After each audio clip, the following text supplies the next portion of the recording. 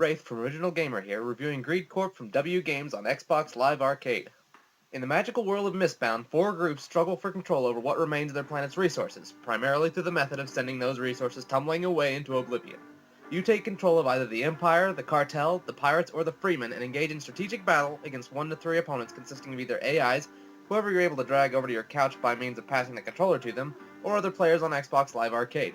Essentially, Greed Corp is a board game, with hexagonal tiles representing the breakaway land you're fighting over, and with simple rules for play.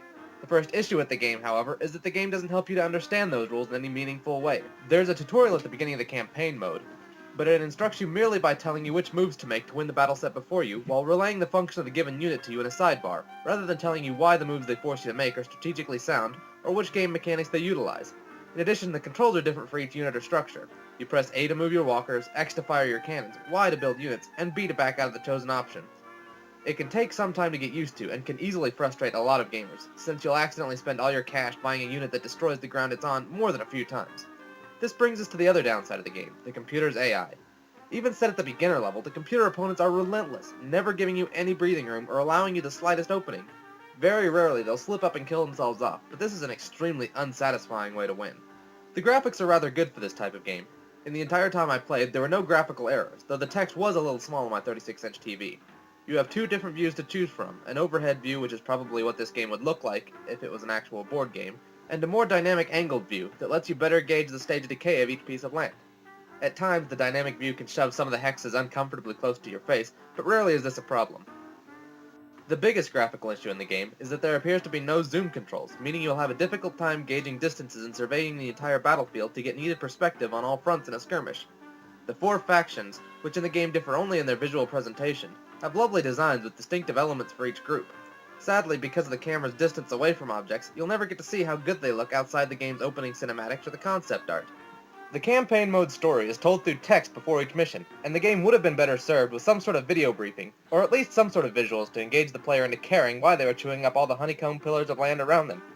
In addition to having different models, each faction's unit have different sound effects, and while they have enough variety to tell them apart, some of the choices, like a bottle rocket screech or a rather splash-like noise, are confusing, and seem to have been added purely for the sake of variety rather than reproducing the sound that the unit should actually make.